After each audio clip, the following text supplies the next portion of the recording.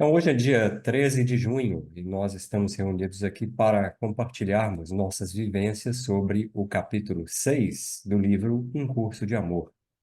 O título desse capítulo é Perdão barra União. Eu vou só dar uma comentada rapidinho aqui, porque essa palavra união, no livro original em inglês, ela está escrita como joining. Para quem entende um pouco de inglês, to join significa unir-se, juntar-se a, né? Então, ou seja, eu quero esclarecer que no inglês não é forgiveness union, né? Mas é forgiveness joining, né? Tem uma nuance nisso aí, mas a tradução para o português está boa, eu não tenho nenhuma sugestão melhor do que união, mas nós não temos no português uma palavra que traduz essa ideia de conectar-se, de juntar-se a. Então, união está bem, mas só para vocês entenderem que o convite de perdoar é para que esse perdão nos propicie a possibilidade de, então, nos unirmos àquilo ao qual estávamos separados. Isso é muito prático, e vamos tentar ilustrar isso com algumas vivências. A parte que mais me tocou no capítulo, entre várias, né? Primeiro é perceber que nesse capítulo a palavra perdão, ela não está se referindo a contextos específicos, ou seja, você teve uma disputa com o seu cônjuge ou com o vizinho, aí você vai perdoá-lo ou perdoá-la. Isso também é perdão e há um contexto para falar sobre isso. Mas o perdão, quando você começa a ler os primeiros parágrafos desse capítulo 6, você vai se dar conta de que o que Jesus está dizendo aqui trata-se de um perdão a nível muito macro, sabe? É uma visão macroscópica do perdão. Ele fala de perdoar a Deus. Imagina! Ou seja, nossa mente julga a Deus. E, por exemplo, há pessoas que julgam a Deus dizendo: como pode Deus permitir que guerras, que doenças, que pessoas boas padeçam de mazelas, etc, etc? Onde está Deus quando vejo tanto sofrimento no mundo? Então, há uma condenação de Deus, né, baseada numa percepção de que Deus tem que ser tipo uma pessoa, né, um ser humano que vai mexer uns pauzinhos e arrumar os problemas aqui do mundo físico. Perdoar Deus é simplesmente dá um passo atrás nessa percepção que nós mesmos criamos do que Deus é. Perdoar o mundo da mesma forma implica que eu vou dar um passo atrás e eu vou desfazer as percepções e conceitos que eu formei na minha mente sobre o que o mundo é e como deveria ser. Eu vou ler um dos parágrafos que para mim foi muito importante e eu vou ilustrar com uma experiência que eu tive. O parágrafo é 16, então o 6.16. Está dizendo: como posso tornar a paz atraente para ti, se não a conheces? A Bíblia diz: o sol brilha para todos e a chuva cai igualmente sobre os bons e os maus. Por que então pensas que a paz seja um sol perpétuo? A paz é meramente desfrutar igualmente do sol e da chuva, da noite e do dia, sem julgamento, sem nenhum julgamento sobre si. A paz brilha sobre tudo que contemplarias, assim como sobre cada situação com que te depararias. Então veja que aquela noção que nós fazemos de paz, de que a paz é quando está tudo indo bem, tudo está dando certo, está tudo tranquilo. E aqui nesse parágrafo, está sendo salientado de que a paz, ela pode existir sempre. A paz simplesmente implica uma ausência de julgamento sobre aquilo que é. Deixar de julgar aquilo que é não significa necessariamente que você vai gostar daquilo que é. Não significa de forma alguma aprovar, apoiar aquilo que está acontecendo. Mas simplesmente indica que eu me abstenho de julgar aquilo que é. Eu posso até não gostar, posso até ser sincero com meus sentimentos e sentir que eu não gosto dessa situação, eu não gosto da chuva. Está chovendo, eu estou todo molhado. mas eu não preciso entrar num julgamento ou num ataque contra a chuva. Eu posso falar, não, não está legal, está molhado, mas tá ok. Eu não vou brigar contra a chuva. Ou seja, eu posso estar em paz mesmo diante de situações das quais eu não goste. Eu não preciso forçar. Eu não preciso forçar a mim mesmo de gostar de tudo. É igual alimento, né? Você não precisa se forçar a gostar de todos os alimentos do mundo. Tampouco você vai precisar entrar em conflito contra os alimentos dos quais você não gosta. Quando eu morei na Índia, eu tive uma vivência muito clara e intensa sobre esse parágrafo. Eu, chegando lá, né, eu era jovem, com 24, 25 anos de idade, eu me deparei com o costume dos indianos de tudo que eles vão vender, eles querem barganhar, negociar. Ou seja, as coisas não têm um preço definido.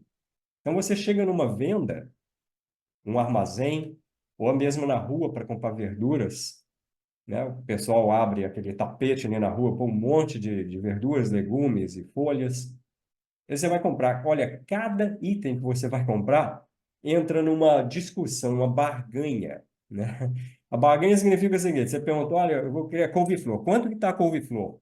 Aí o vendedor te fala um preço descarado, um preço assim absurdo, né? Esse negócio era para custar R$ 10, vamos supor, o cara fala 45. Aí você fala, 45? Você sabe, parece uma piada que a pessoa está falando com você, é um disparate, né?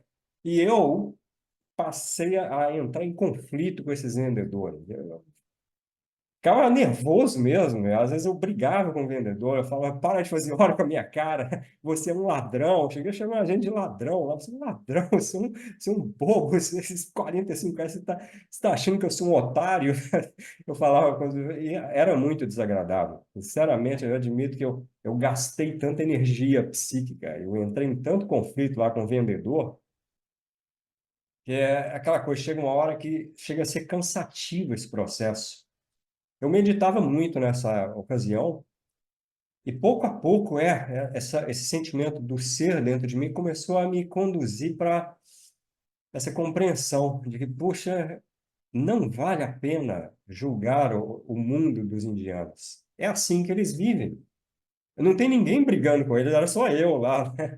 As outras pessoas que faziam compras, eles também tinham que passar pelo processo de barganha e não tinha ninguém brigando, era só eu.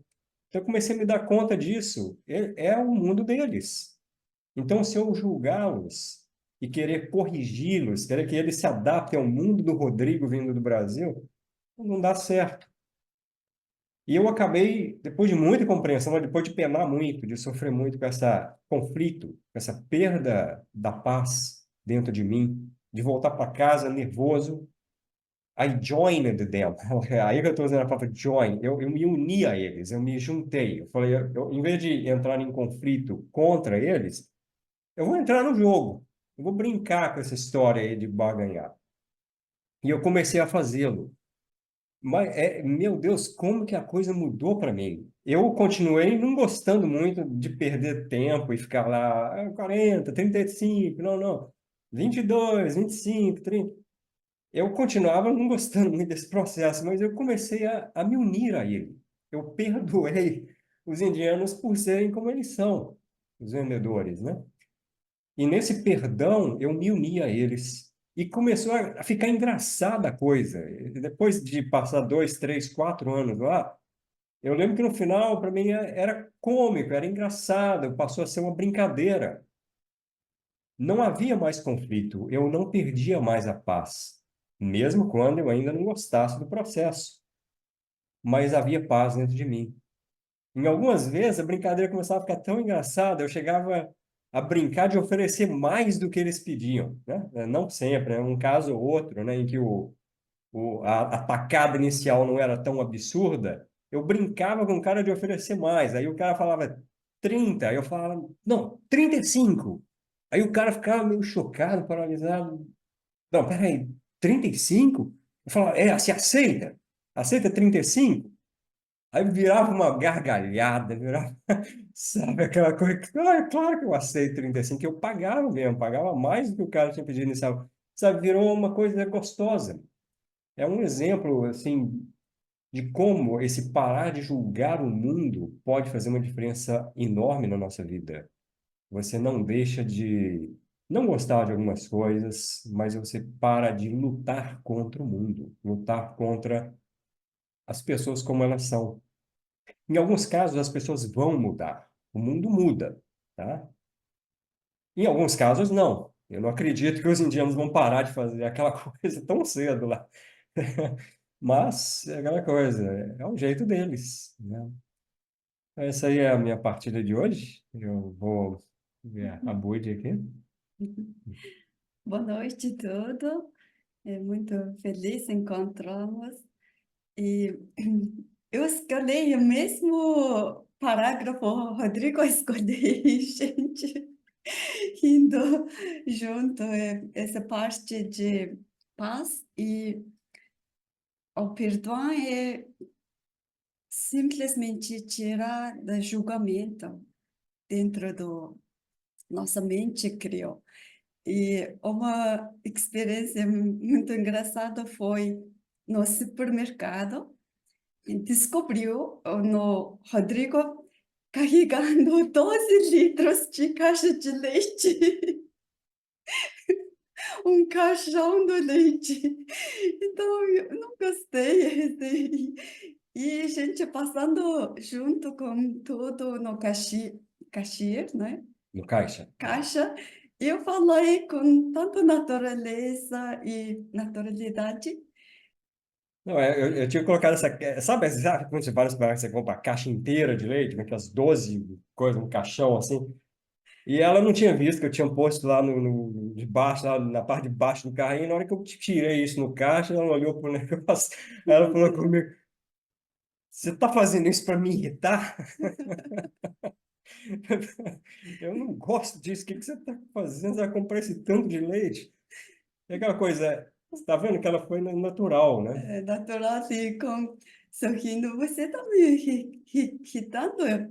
E aí, depois a gente passa tudo e Rodrigo notou do caixa A e caixa. caixa, ela rindo junto com a gente. Então, uma situação dentro de nós e também com ela.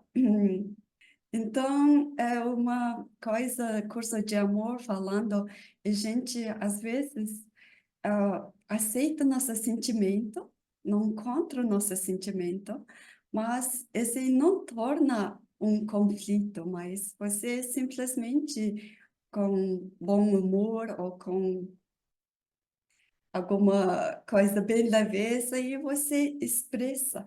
E esse momento eu sinto muito paz com eu não gosto de alguma coisa, mas ao mesmo tempo esse paz de interior é sempre está lá. Então é um momento muito interessante compartilhando com o Rodrigo e também essa mulher de caixa, né? E nós todos juntos e fazendo uma troca de leveza e troca de sorriso com outros. Quando a gente entra no seu sentimento e relacionamento, e expressar é muito diferente do que do ser separado. Então, essa paz e união, esse junto é muito tocado esse capítulo. Eu estou completa. E essa coisa de relacionamento de casal é assim, você está vendo? É um bom exemplo de que ela poderia ter escondido esse sentimento dela. Ela não gostou nem um pouco de eu ter comprado essa caixa de 12 litros de leite. Ela não achou legal, mas ao mesmo tempo ela poderia ter escondido isso, e ficado quieta, né? Mas não, ela expressou isso. Ela me disse, cara, na minha cara, que ela não estava gostando nem um pouco daquilo, ela estava até irritada com aquilo. Mas é isso, você não precisa criar um conflito só porque você não gosta de algo. Você pode até expressar que você não gosta de algo, falar, eu não concordo com isso, eu não gosto daquilo, sem fazer disso um conflito, tá? É uma diferença muito importante aqui. Então, você pode estar em paz mesmo não concordando, mesmo não gostando de algo. E o efeito na caixa foi muito importante, porque se ela tivesse entrado numa briga comigo ali na hora, com certeza você cria uma energia ali em todo o entorno de, sabe, energia pesada, uma nuvem pesada que aparece ali na hora. E pelo contrário, né, quando a gente falou, quando a gente olhou para a caixa, ela estava com uma cara tão engraçada, assim, de alguém rindo assim da gente, tendo essa interação, né? É isso aí. Gratidão, Muti. Vou chamar o Júlio, porque inclusive ele tem que sair daqui a pouco, Júlio. Isso, meu dia dos namorados, ele vai ser hoje, porque ontem minha mulher estava em Ouro Preto, ela chegou hoje de viagem, então nós temos uma extensão desse dia aí. E aí dá para eu participar um pouquinho aqui, então logo eu terminar aqui, eu já vou sair, tá, pessoal? Então, eu notei aqui nesse capítulo duas expressões que me chamam muito a atenção. Tanto no parágrafo 5, onde ele diz, faça uma nova escolha. E no parágrafo 9, escolhe outra vez. Escolhe outra vez. Faça uma nova escolha. Escolher o quê? Escolha a união.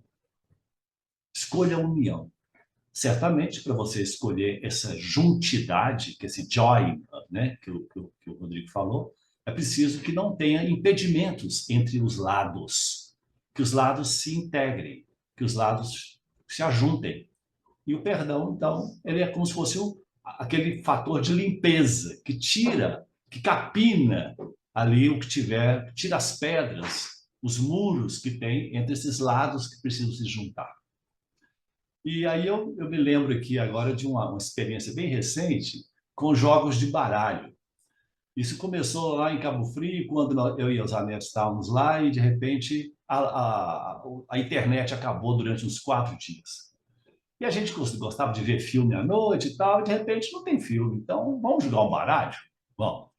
E aí, menino, não é que foi interessante? Começamos a jogar mal, essa coisa toda. Né? E aí a gente foi experimentando o que é um jogo. Ora, jogo tem ganhadores e perdedores. Você tem derrota, né? Essa coisa toda. Aí tem aquela música, né? Vivendo e aprendendo a jogar. Nem sempre ganhando, nem sempre perdendo, mas aprendendo a jogar. E aí, o que eu fui aprendendo desse jogo? Que o mais legal do jogo não é o resultado do jogo, é jogar, é observar o mecanismo do jogo, as cartas chegando, as cartas saindo, a coisa quase perdendo e de repente o jogo vira, muda, e aí a sua mão enche de carta de novo, esvazia de novo, e aquilo, aquela dinâmica, eu disse, gente, isso é a vida. Olha, estava por um fio, já estava ali quase assim me dando por perdido, de repente comprei um coringa, comprei um valete, enfim, aquilo tudo. E aí eu comecei a perceber que não importa o resultado, conviver com os dois lados ao mesmo tempo. Nem ficar tão eufórico quando ganha, e nem deprimido quando perde. Né? Porque ganhar e perder não é o caso. Isso apenas é uma questão de resultado. Mas a grande jogada, ou o grande barato, é o jogo. E a gente só aproveita o jogo quando você integra os dois lados. Quando você não fica comprometido em se sentir bem apenas quando ganha, porque quando você quer muito ganhar, você se prepare também com a decepção da derrota. Né? Mas a paz, ela está inclusive acima disso, então. Por isso que Jesus fala que a paz que eu vos dou não é a paz que o mundo dá. A paz que eu vos dou não é essa paz que depende de resultados, que depende do tempo, que depende dos humores, que depende das emoções. A paz que eu vos dou é um estado de integração onde você convive com as coisas todas. Ela é no redemoinho da vida, não é um lugar onde não tenha problemas. É no meio dos problemas. Né? Saber estar em paz nesse jogo. E o mais legal também é perceber que tanto jogos de tabuleiro quanto jogos de baralho, você não é você é um jogador, aquele que observa a coisa acontecendo, sem se envolver demais com a coisa, com aquelas peças que estão ali, com que casa você está. Ou seja, brincar. Dizem que as pessoas vão ficando mais sábias quanto menos sérias elas vão ficando. Elas vão ficando mais sábias quando elas têm um humor elevado. E esse humor é a capacidade de rir, até de si mesmo, ou de estar bem, como o Rodrigo até falou, mesmo quando a situação às vezes dá um conflito, e de você não escolher um lado, e de você conviver com aqueles dois lados, mesmo que dê um esbarrão, mesmo que não gosta, mas let it be, sigamos em frente, né? Tá bom, pessoal. Ótima contribuição, Júlio, como sempre. Gratidão. É isso aí, vai lá, então, você. Hoje eu tive um encontro com. Boa noite a todos. E foi um encontro tão bom, né, Alexandre? Então, o que está falando aqui foi muito do que nós conversamos hoje. Foi um encontro que nós começamos de uma maneira e ele foi ganhando grandeza, porque nós nos entregamos e foi tudo ocorrendo. E os corações foram conduzindo, né? Mas aí, dentro do tema que nós conversamos lá, antes de eu fazer trabalhos pessoais, eu achava assim, puxa vida, eu vou estudar para caramba agora, porque eu quero saber, aí de uma hora para outra vai vir uma luz que vai me tocar e eu vou ganhar essa tal de iluminação. Aí esse era a criação mental que eu fiz acerca da situação. E à medida que eu fui estando em contato com as pessoas, com os irmãos e irmãs, eu fui notando uma coisa interessante. Às vezes as pessoas falam assim: ah, hoje eu não estou bem, não. Ah, agora, hoje eu estou bem. E aqui foi me chamando a atenção, porque à medida que eu fui vivendo, eu fui constatando que chegou a um ponto que eu me sentia assim.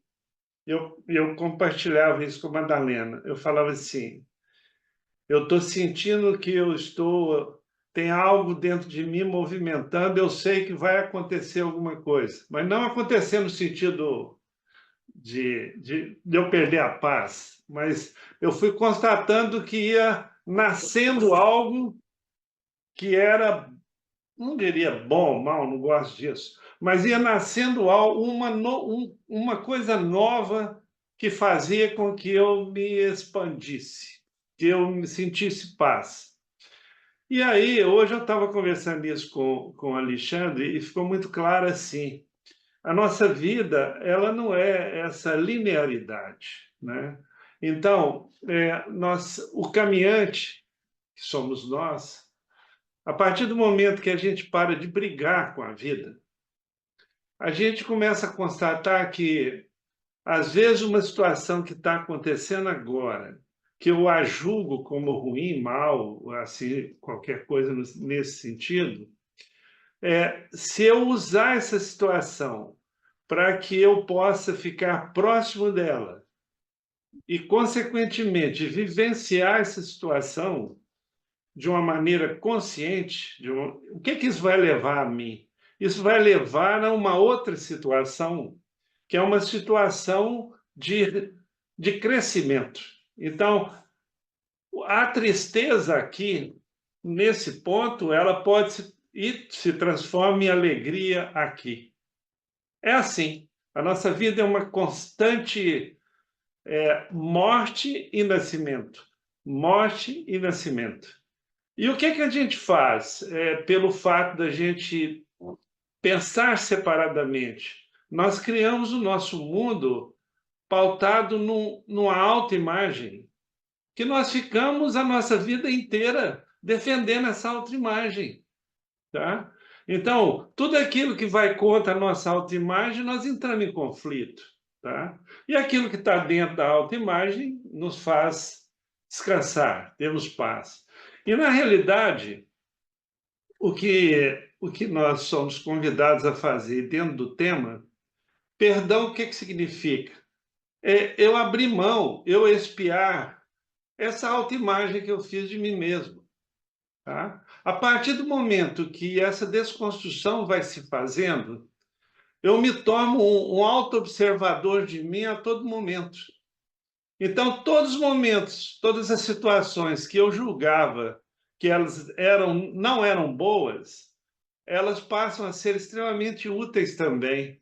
E minha vida toda passa a ser um momento de lições e de aprendizado constantes. Tá? E a partir desse momento eu me torno neutro. Neutro para quê? Para que, ao invés de eu ficar defendendo essas autoimagens que eu criei, eu passo a desconstruir, eu não passo mais a ser criadores desse autoengano. E eu me torno receptivo à unidade. E aí sim eu passo a ser co-criador de mim mesmo. Tá? Isso é que é ser co-criador. É deixar de lutar para me tornar receptivo à vida, ao amor. Não fique brigando quando as coisas não estão do jeito que você quer. Ao contrário, perdoe essa coisa, fique próxima dela, porque ela vai te levar a crescimento, tá? Assim é. Maravilha, Rossini. Ótima partilha. Gratidão. Vamos ouvir a Virgínia. Boa noite, todo mundo. Então, eu vou pegar embalo na, na fala do Rossini, porque eu escolhi um parágrafo aqui relacionado com uma coisa que aconteceu comigo nesses últimos 10 dias. Seguindo aquele parágrafo que Rodrigo e Budi falaram, que é o 6,16, a paz é meramente desfrutar igualmente do sol e da chuva, da noite e do dia. E aí eu passo para o parágrafo 6,17, que fala assim: as situações também são relacionamentos. Quando a paz entra em teus relacionamentos, as situações também são o que deveriam ser e são vistas sob a luz santa do céu.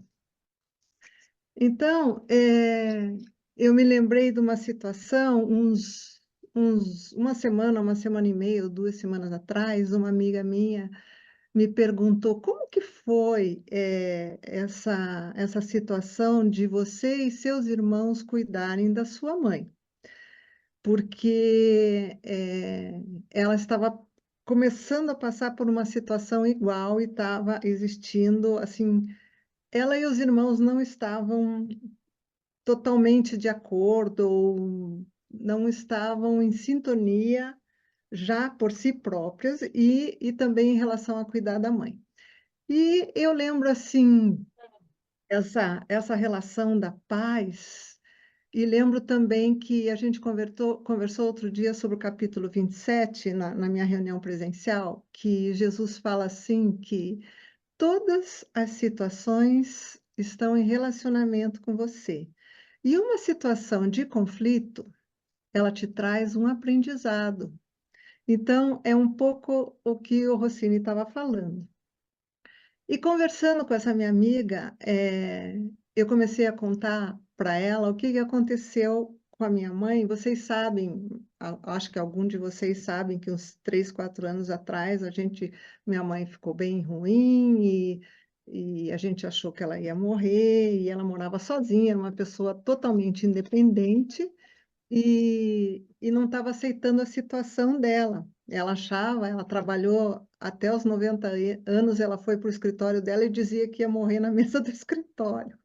E não foi o que aconteceu. Chegou a pandemia, ela levou um tombo em casa, ficou 12 horas caída, quase morreu, era inverno, né? A sorte que foi no banho, no chuveiro, então a água quente não deixou com que ela tivesse uma hipotermia, mas dali em diante ela ficou bem ruim.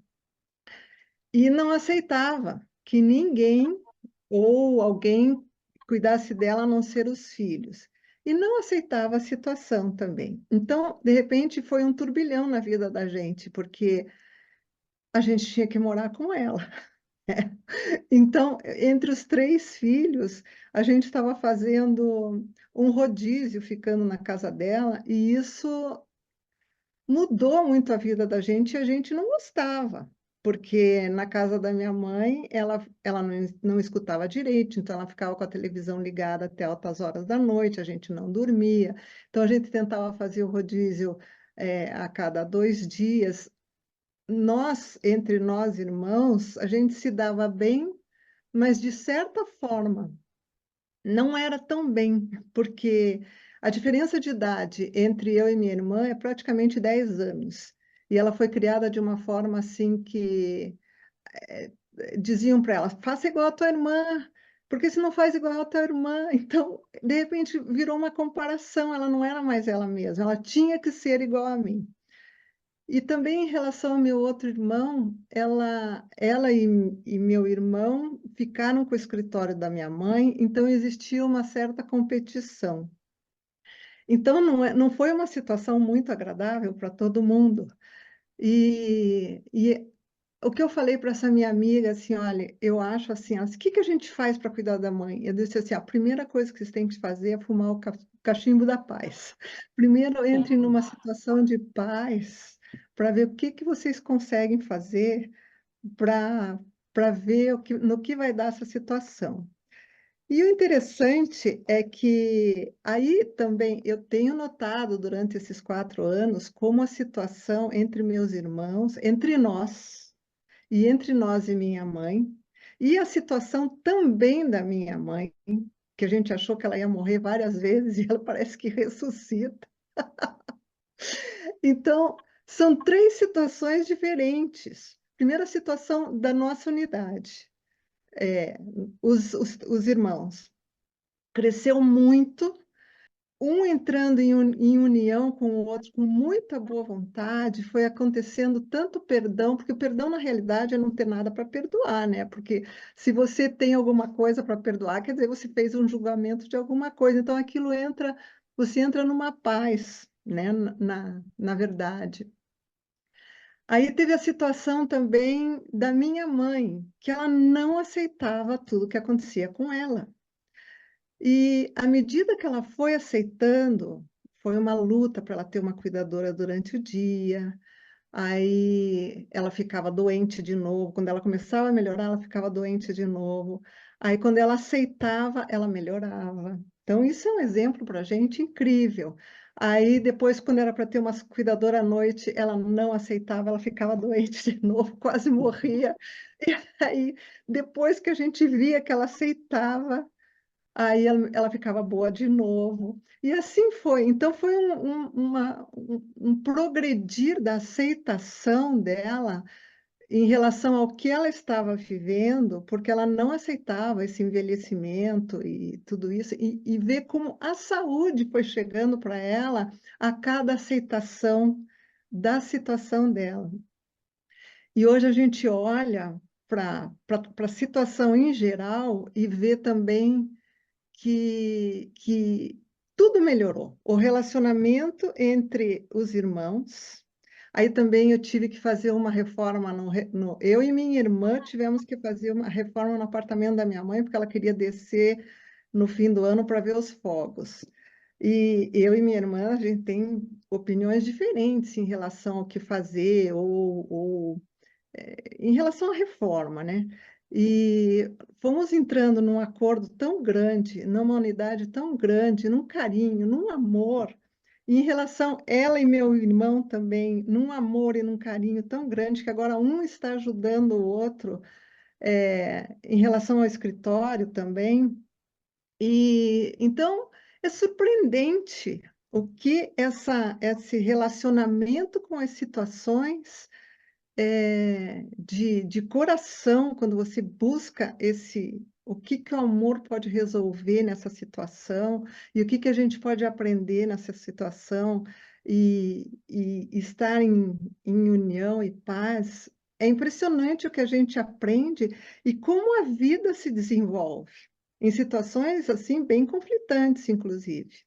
E, inclusive, percebendo a aceitação de uma negação anterior, no caso da minha mãe, de como isso afeta a saúde, sabe?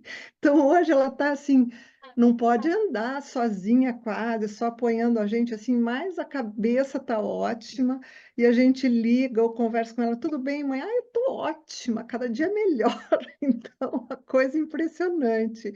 Então, o que eu queria dizer para vocês é isso, essa união em qualquer relacionamento, primeiro buscando a paz. E, Rodrigo, eu achei muito bacana a tua vivência na Índia, porque eu já ia de forma eu já ia achar que puxa, aprendi mais uma coisa, que é negociar. Que é uma coisa que, sabe, quando a gente não sabe fazer, aprende uma habilidade nova. Eu acho fantástico isso. Gratidão a você, Virgínia. Caso extremamente interessante o que você contou, e é exatamente na linha do que o Rossini estava falando, e também em relação ao que o Júlio comentou da escolha, né? Você tem que escolher paz. Você tem que valorizar a paz ao ponto de que ela é tão preciosa para você que você acaba encontrando formas de lidar com as adversidades, os desafios, as opiniões contrárias de uma forma que promova a união e não o conflito, né? E várias das coisas que você falou ilustram isso muito bem. Vamos ouvir o Gustavo. Boa noite a todos. Para mim, esse capítulo ele é um dos essenciais dessa primeira parte do curso de amor, né? É uma frase do curso de amor que ele fala assim que a gente, quando a gente vai pensar em Deus, né, querer compreender Deus, nós não temos como compreendê-lo sem compreender que ele é ao mesmo tempo relacionamento, união e amor, né? Então, o curso ele equipara essas três, essas quatro palavras ao mesmo significado, né? Deus, amor, união e relacionamento, né? Está tudo junto e não tem como a gente compreender uma coisa sem compreender a outra, né? E o capítulo 5, os primeiros capítulos falam sobre amor, o capítulo 5 fala sobre relacionamento e o capítulo 6 fala sobre perdão e união, né? Então ele está falando ali de várias formas da mesma coisa, né? Então ele está num ponto essencial, a meu ver. Quando ele fala sobre o perdão, foi muito bom ouvir esse comentário que o Rodrigo fez, associando a palavra união a joining, porque tem uma nuance que é muito importante e que faz uma diferença imensa, assim, né? Aqui no curso de amor, como ele já falou nos capítulos anteriores, nós estamos em um tempo que ele chama de tempo do aprendizado.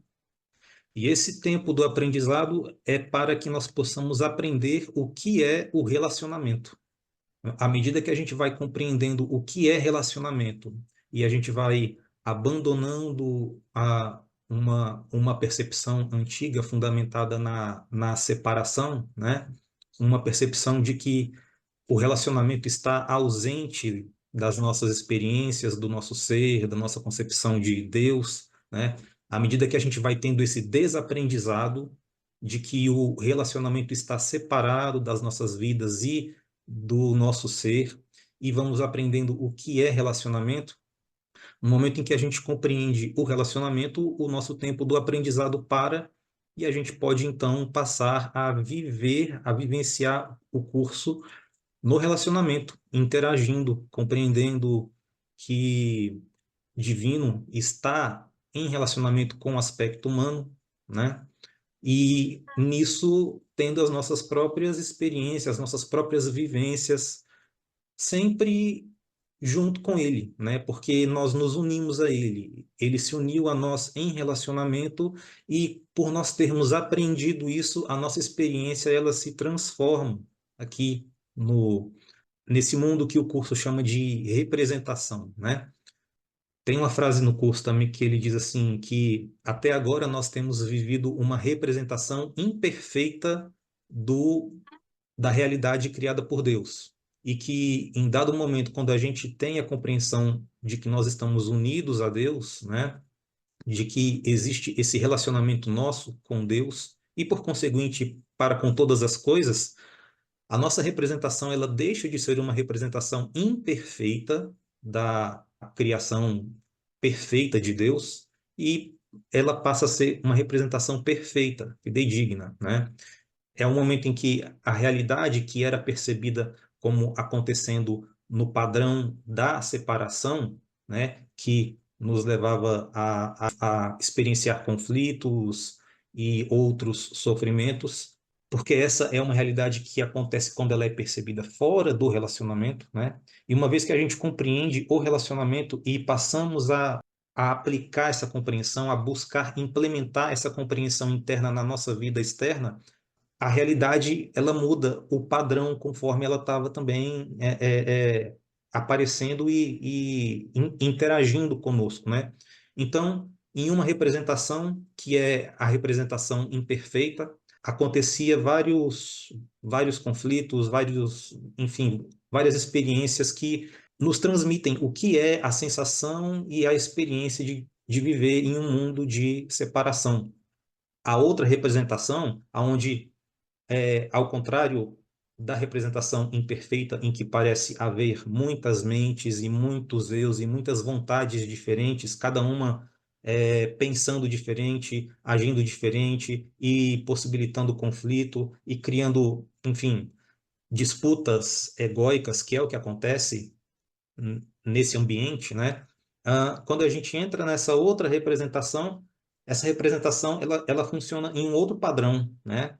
É um padrão que vai refletir a criação de Deus, aonde a realidade ela é regida por uma única mente, por um único eu, por uma única vontade, e tudo está confluindo nesse ritmo de harmonia, nesse ritmo onde não existe conflito, não existe nada assim, né? Então, o curso diz que o próprio universo, ele muda a forma de reagir a nós, dependendo da maneira como nós o estamos percebendo, dependendo se nós estamos no relacionamento com ele ou se nós estamos percebendo ele fora do relacionamento.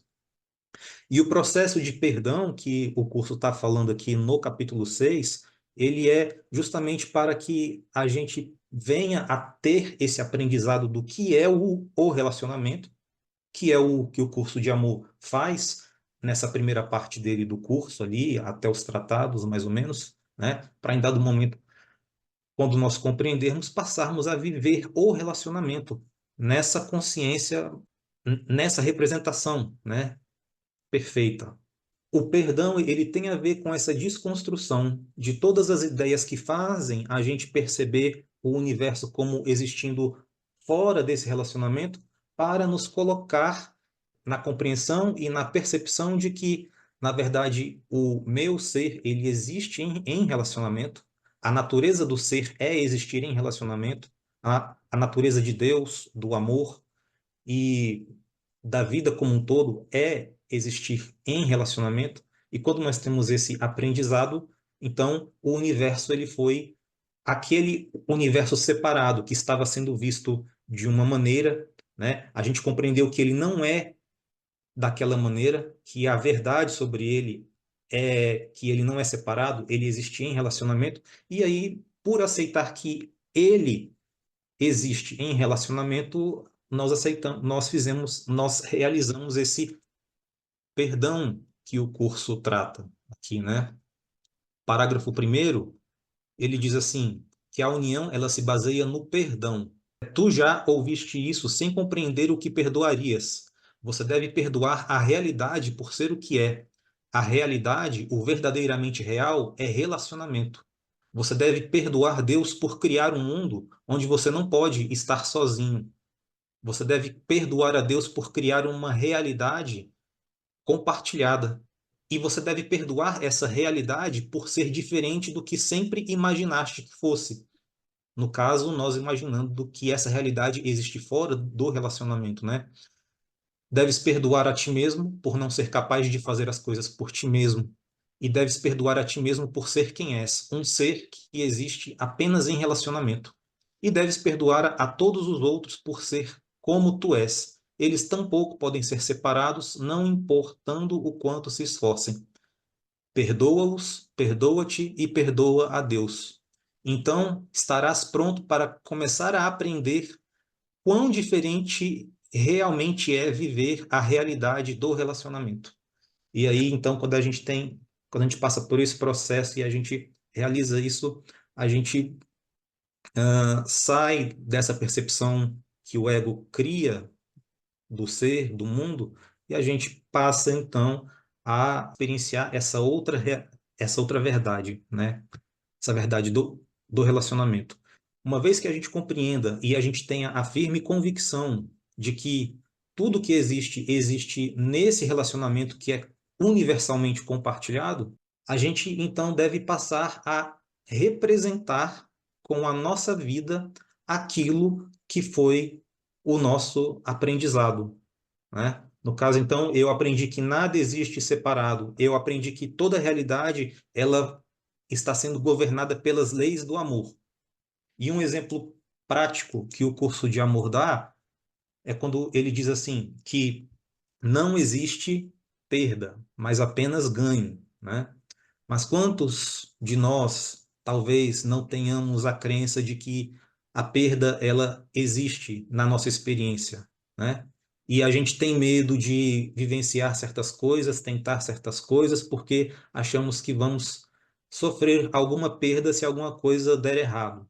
No caso de termos essa crença ainda enraizada, instalada na nossa mente e essa crença está governando a nossa vida, né, criando a nossa experiência de separação, experiência de carência, experiência de insuficiência, o curso ele diz assim: uma vez que você aprendeu o que é o relacionamento e que tudo existe em relacionamento e que o teu ser é um ser compartilhado com Deus e com tudo, então você está compreendendo que não te falta nada. Agora que você já tem essa convicção, você deve aprender a representar essa verdade com a sua vida, com as suas escolhas e com os seus atos. Então, ele dá um pequeno exemplo, falando assim: você pode começar a representar essa vida de filho de Deus, né? Essa vida de um ser que está conectado à verdade, com pequenos atos diários de você, por exemplo, gastar um pouquinho mais do que normalmente você faria, porque você teria medo de que fosse faltar aquele valor para você.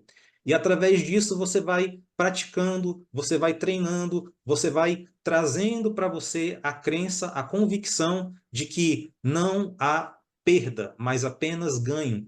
E assim, a representação que mostraria certos resultados em razão de crenças que nós estávamos cultivando acerca dela e acerca do nosso ser, essa representação muda e a maneira como ela acontece para nós passa a ser diferente, em harmonia, em consonância com esse aprendizado, com essa crença nova que agora está pautada na crença correta, na crença que é uma ideia do sistema de pensamento do ser da unidade e não do ser da separação.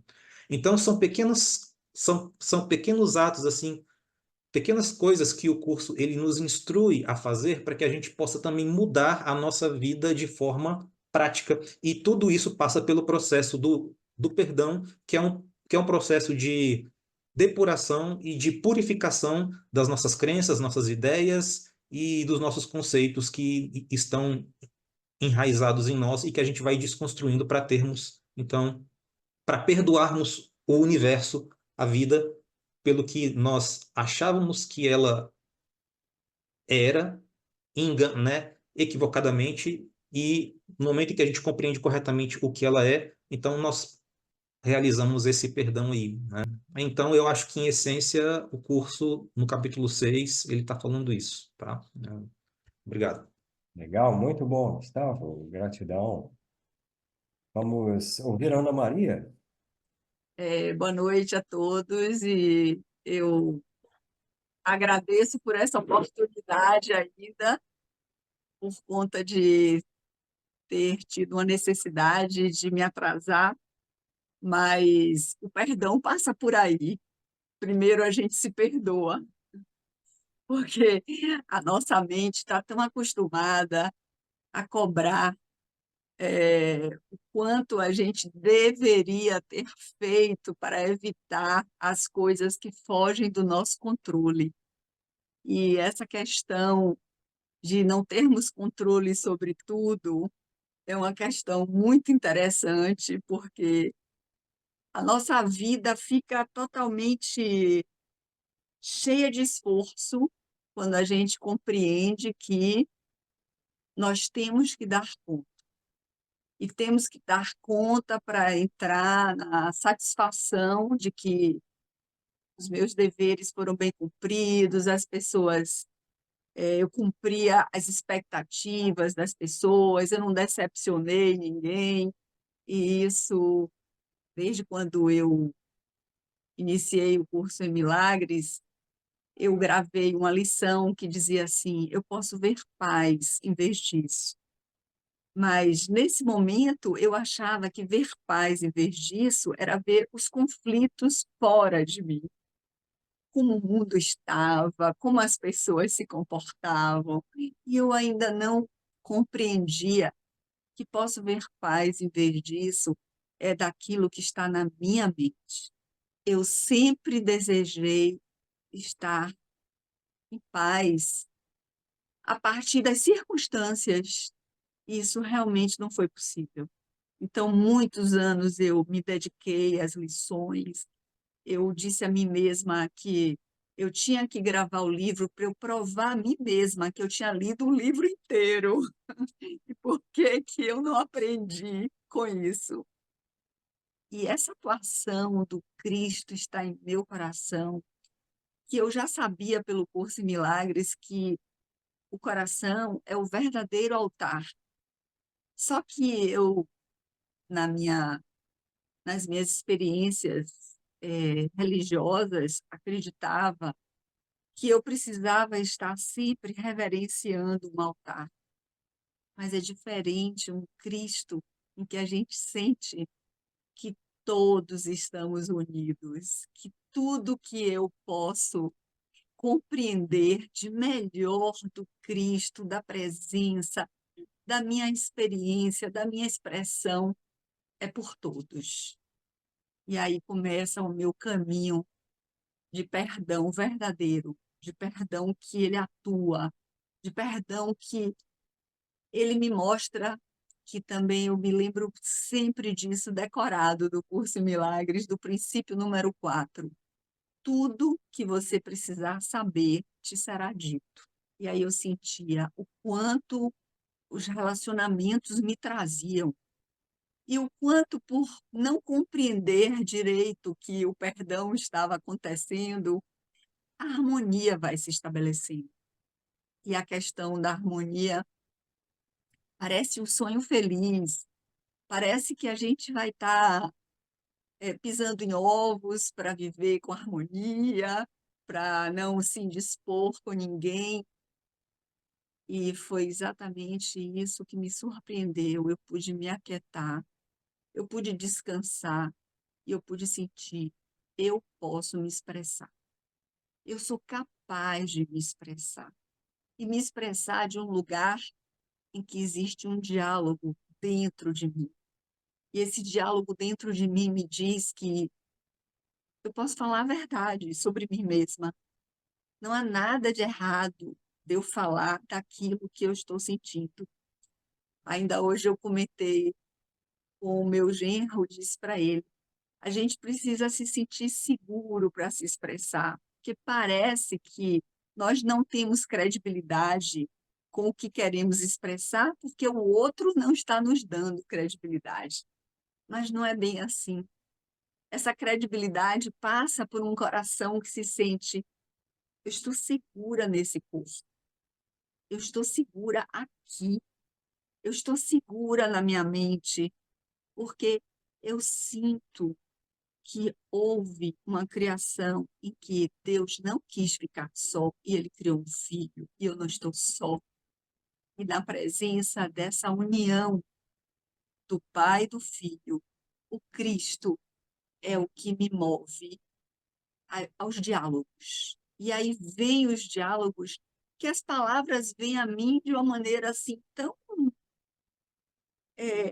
que eu sou testemunha, que eu fico sentindo assim, eu falei isso assim tão ajustadamente, como que eu consegui dizer a alguém que às vezes eu nem tenho aproximação, nem conheço bem, mas eu digo aquilo que eu sinto de maneira amorosa.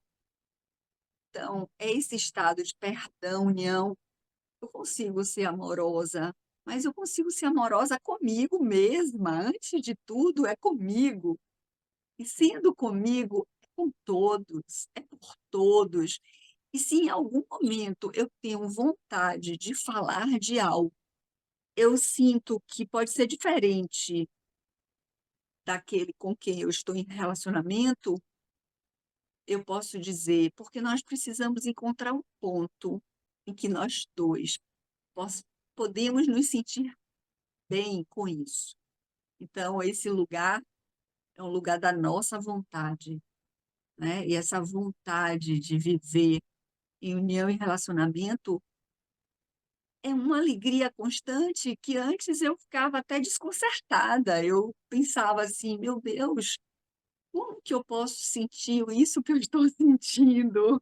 Tendo dúvida dessa presença, que é a graça mesmo, é graça que nós sentimos a cada momento em que nós estamos em união e relacionamento. Esse primeiro parágrafo do capítulo 6, perdão e união.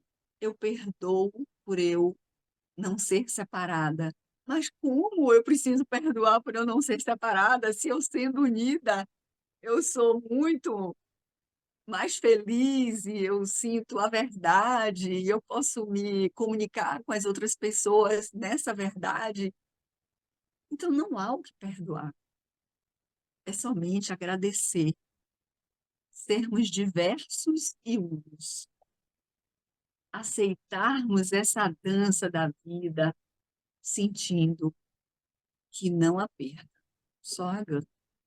É muito interessante o que você falou, e você fez uma ligação com o Curso em Milagres, e a gente lembra lá, né, no Curso em Milagres que se fala que o maior sonho, né, a maior fantasia, né, que o eu separado faz é a fantasia de querer ser independente, autossuficiente. Tipo assim, eu não dependo de ninguém. Porque, na verdade, é isso. É uma forma de você tem medo do relacionamento, você tem medo de depender de outros, medo da interdependência. Mas o universo inteiro foi criado com base na interdependência, né? Você falou dessa dança, né? De cooperação. A natureza inteira exibe esse padrão de dança de cooperação. E muitas vezes a gente quer sair fora, né, dessa dança porque a gente teve uma dificuldade aqui, um atrito ali. E aí você começa a querer construir uma vida para si de ser autossuficiente ou independente. Né? Tem muitas pessoas que acabam embrenhando nesse caminho, né? Querendo até ter muito dinheiro para não poder depender de ninguém, né? Aquela coisa. E aí você se fecha numa bolha e você se sente só. Se confiar no Perfeito. relacionamento é algo que muda completamente a nossa forma de viver. Muito legal você ter trazido esse ponto. Foi ótimo você ter acrescentado isso, porque a autossuficiência é vista como se fosse um valor de um mundo que há alguma vantagem em ser só. E aí já que Júlio não está aqui agora, eu quero lembrar de uma música do João Gilberto, que é baiano, em que ele diz: é impossível ser feliz sozinho.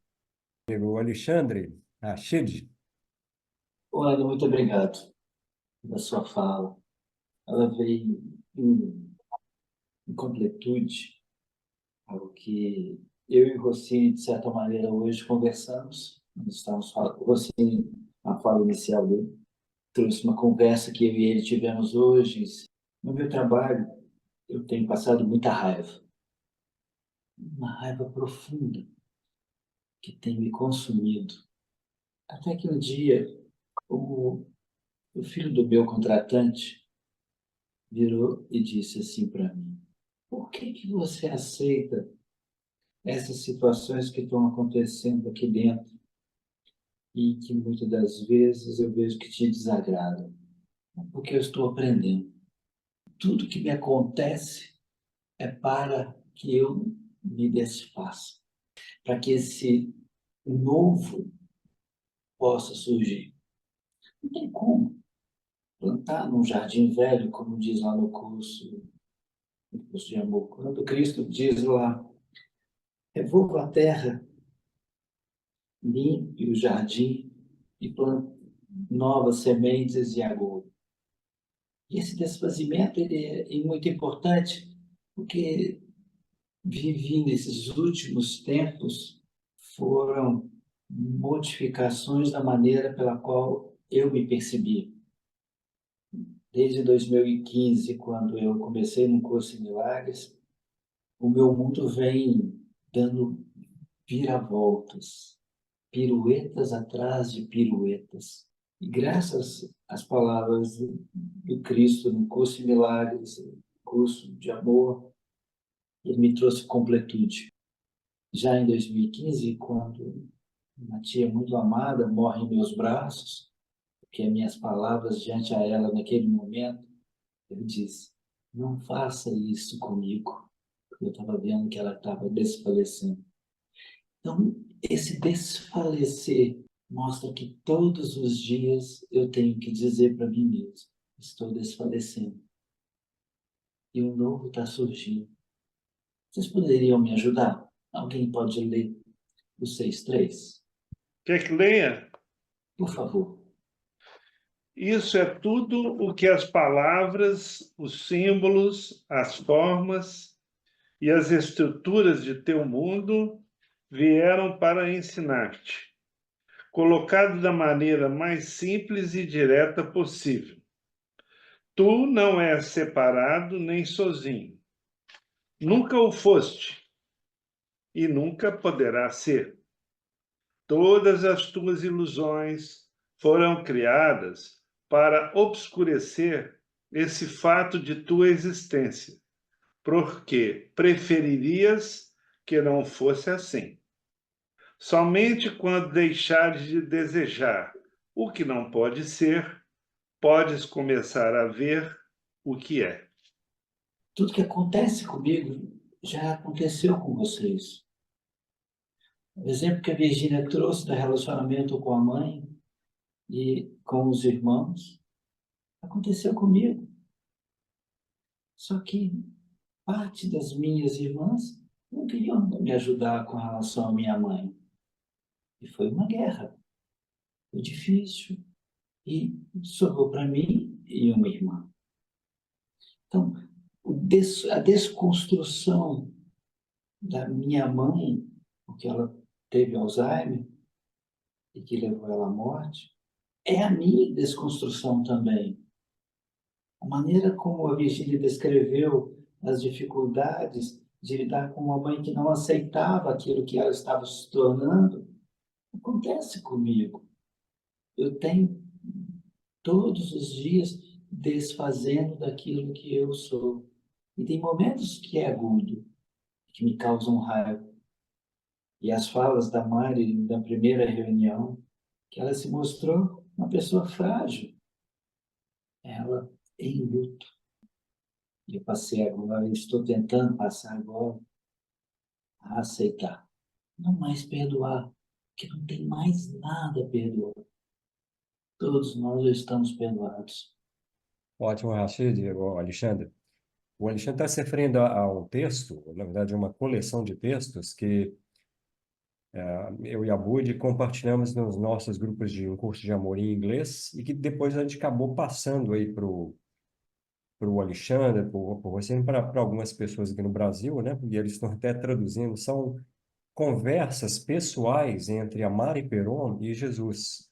Ou seja, às vezes ela está com um problema pessoal e na época que ele estava recebendo um curso de amor, de vez em quando ela, em vez de estar recebendo o ditado do curso, ela entrava numa conversa pessoal com Jesus. Então, isso é um material, obviamente, que não faz parte do livro, isso não está publicado, mas a gente teve acesso a esse material e a gente compartilha, né, algumas dessas conversas aí da Mari, né, uma das quais tem a ver com a questão do luto, né, e outros temas, assim, bem, dificuldades pessoais, né, que nós e que ela, né, enfrentam. E por falar nisso também, a Bud e eu estivemos recentemente nos Estados Unidos, a gente teve uns 3 dias lá com a Mari, a gente esteve na casa dela durante esse tempo e é aquela coisa difícil até de explicar ou descrever como a Mari Peron é, porque é um misto assim de uma pessoa extremamente simples. Ela não se apresenta como uma autoridade de nada, como uma pessoa especial. É de uma simplicidade assim, né? Como se contraste com uma tia, uma avó, né? Uma pessoa extremamente natural, né? Naturalidade absoluta. Mas ao mesmo tempo dá para ver a grandeza dela no sentido de que é uma pessoa que claramente está grávida, né? Tipo, como é que eu vou dizer? Você entende a ideia do caminho de Maria, né? De alguém que gesta, concepção, conceber, né? É como se ela está gestante, né? De ideias desse novo mundo. Tem algo dentro dela querendo nascer, né?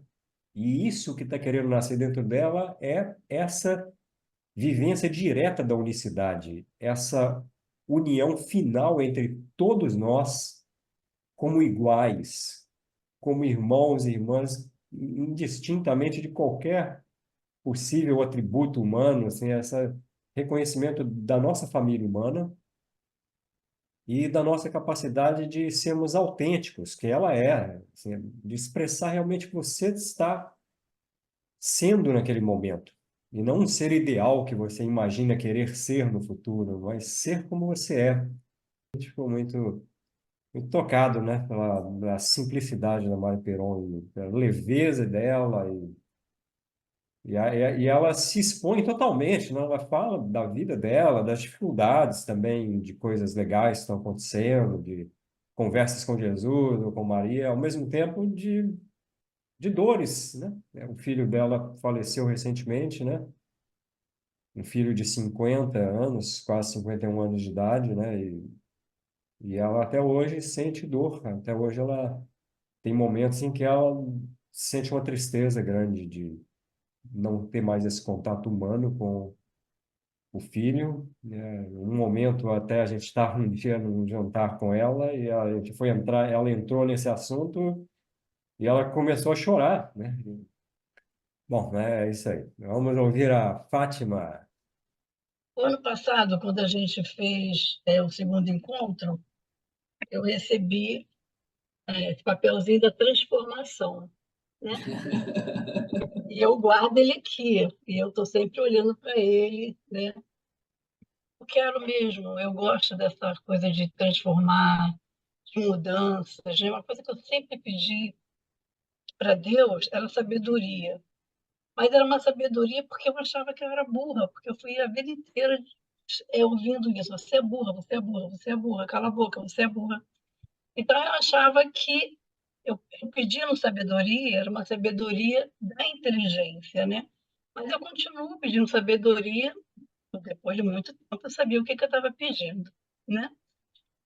E esse ano, como o Rashid estava falando aí, né, dessa questão de solidão, a Ana também falou da questão da gente, dificuldade que nós não nascemos para ficar sozinhos, né? Eu sou sozinha durante já muito tempo.